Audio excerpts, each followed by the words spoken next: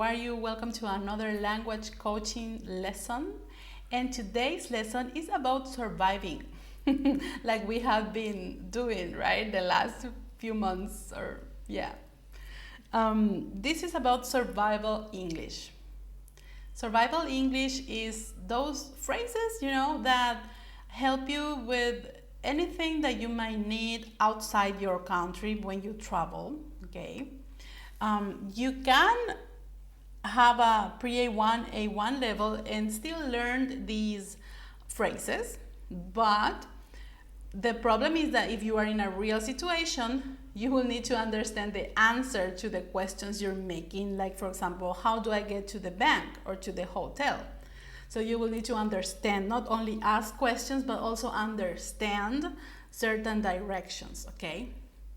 So I would like to give you some phrases for you to remember that you need to have at hand or very fresh in your mind. Think about traveling, think about work, okay? What do you need? Usually you need to go to an airport, right, and pass immigration. So when you travel, you practice, okay? You need to practice why you're going to that country. Even if you know English, you need to have this answer prepared, because when you get to immigration, usually, we all get a little nervous there. So you need to practice. I'm here for pleasure. I'm visiting a friend who lives in blah state, and I'm going to stay here for blah, blah, blah, and we'll come back on the date, right? So practice. For survival, point number one is practicing why you're going to a place, what you're going to do there, where you're going to stay, with whom, right? And when you're coming back. This is not the standard survival English lesson, right? This is for you to think about things that you need to practice, because you will most certainly need them. So usually if you're in a party, you will still talk about this, right? You go to a party and people ask you, you will be the foreigner in the party. So this is my friend, she is from Paraguay. And then people probably might start saying like, oh, so why are you here? I'm here visiting her. She came to this country a few years ago and now I'm visiting because I miss her so much, right? Something like that. Practice why you're there, what's your connection to the person that brought you there, what are your plans. I'm planning to go, see a park, a famous park.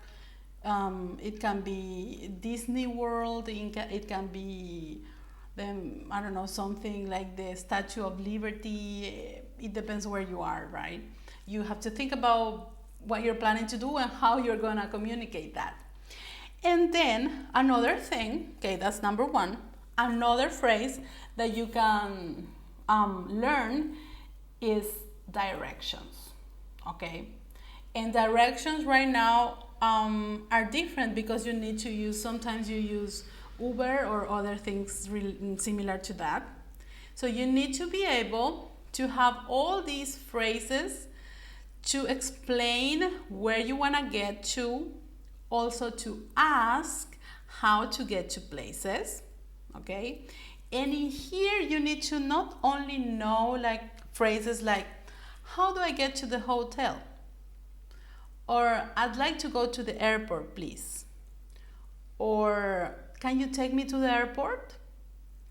I would like to be at the theater at blah time, at 8 p.m., please, Think directions to get to certain locations, okay? Think about the places you will go to and how you're gonna get there, and if you'll need extra direction phrases. That's one thing. And another thing is that you need to understand the explanations, okay? Remember, go straight ahead is this, turn right, turn left, go down this street, for example, which is like going straight ahead, similar to that. blocks, 2 blocks from here. All of these phrases, you need to be ready to understand when other people are saying that, okay? So try to be in English mode whenever you are outside in a foreign city, and try to be ready to receive and understand fast language, okay? Because on the street it's going to be fast. So be ready for that. Be in the English mindset, right? And finally, everything about shopping.